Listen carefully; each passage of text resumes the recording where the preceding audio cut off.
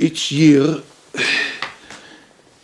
we have to mint a new coin for the temple, and each person have to contribute the sum, like a tax, of the half shekel. Here is Cyrus, here is Trump, here is the symbol of the United States, here is the symbol of Israel. So you think Trump is like a Cyrus who's going to It save could be, but he can fail. Right. Trump, we said Cyrus was on his throne only 3 years. Yeah. He listened to all the traitors, so Trump can thrown out from his chair if he will put a program against the Bible. Trump say, I have a program and so on. The program is against the Bible. And if Trump will put it on the table, he will very soon must leave his chair. Right, you mean dividing Jerusalem? Yes. This is anti-Israel. This is anti-Jewish, this is anti-Bible. Because I was worried when all of this started that this could be like a counterfeit. It can be parallel to Cyrus, and much better than Cyrus. Right. Last year we built an altar. Mm-hmm. Here is the altar for the temple. You see here the coin מחצית shekel, and this is a stone altar. This is the temple. And it's written here in Hebrew, English and Arabic, the temple coin. The temple coin. So you said, just to repeat, you said that you are going to try and do another altar sacrifice with a better altar. With the money that maybe we'll get from this, we will do the 8 times the exercise of sacrificing the Passover lamb, which we are doing it each year on the 10th of Nisan, the day that the Jews in Egypt, Bnei Israel, took the lambs to slaughter them 4 days later. Okay. Now we believe the government or the Jews will succeed to hold the Temple Mount, to raise the altar in its very precise place, and to do the real sacrificing of the lamb in the 14th of Nisan, Yudalet Nisan, which is the night of Passover. This is the day. And it's written here, the court of the Sanhedrin inaugurate starting the altar. The other side is the latest ambassador, Nikki Haley, which made a very great war towards Israel and against the United Nations. And she became a symbol for all the free world against the cruelty and the evil that symbolizes the United Nations. And this is the idea behind the Nikki Haley coin. Nikki Haley coin, she is like a king. She is the lady that symbolizes all this trend of replacing the evils of the United Nations. So you see here the lamp, which is the symbol of the State of Israel and the temple all together. You see the building of the United Nations at New York, but you see the new building in Jerusalem, the flag of Israel and other flags, and Nikki Haley all together. And this is the meaning of this coin. So like a new United Nations? Yes. In Jerusalem? Yes. To replace? Yes. And there will be only 70 seats. Not very precisely, but we want to say so. After the flood, there was scattered in the world 70 nations. We didn't invent a legend. It's very, very deeply embroidered in all across the Bible. Okay. And we want to renew it. And we believe that if the international law will be according to the Bible, there will be temple and there will be peace, real peace in the entire world. There must be leadership against the UN. There must be a Brexit, not only in Britain. They must renew a new organization of the OU according to the interests of the original people of Europe. I am not praying that Europe will be destroyed. I am praying the opposite. I'm praying that Europe will be saved and go back to Christianity and go back to the originality to save the world from savages. It's a dangerous time for Europe Yes. at the moment. Yes. And America. Of course, it's all the same. These ideologies taking over, It's all the same. anti-West. It's the flood. It's like the time of the flood of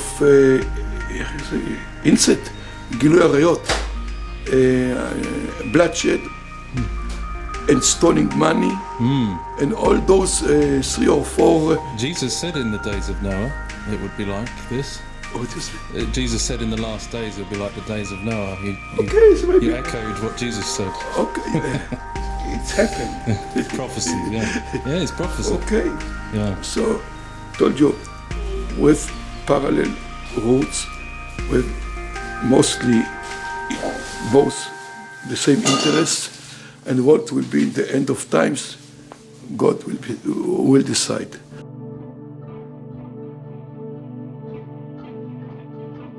We don't know what will be. If there will be an earthquake, if there will be a war. But we have to prepare ourselves, prepared in the most short time that we have to make this operation.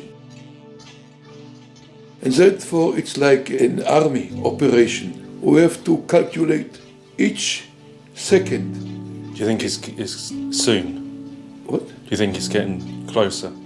You feel an urgency? It can be. We don't know what will be. Maybe the government or the Arabs or someone else will throw us out.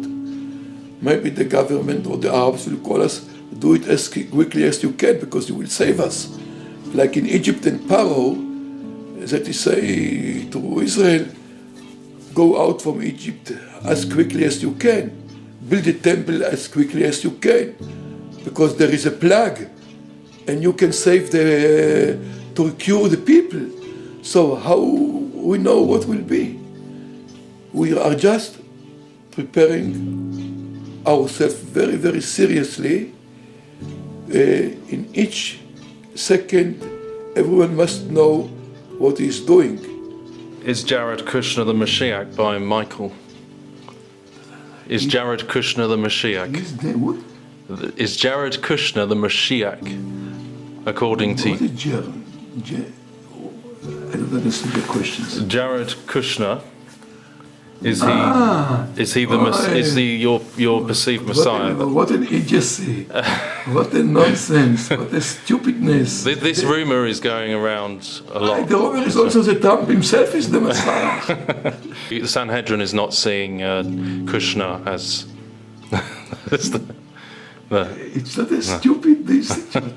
They are trapped by the regime. They are trapped by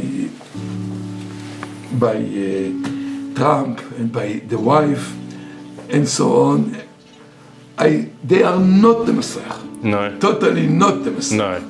Okay, so we've got another question from Liana in Lithuania, and she says, how will you know, what particular signs do you need to look for that this is the perceived Messiah? What are you looking for in this figure? Look, it is described totally in Isaiah and Micah that he will be the chief of judges, that he will do justice.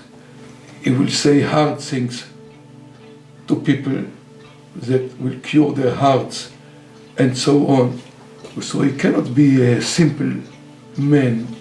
When he will be revealed, everyone will know that he is the Messiah. I mean, we believe that Yeshua, Jesus Christ, is the Logos. So he is the foundation stone. And I know those verses. It's called Bereshit Haya Davar. First of all was the thing and so on.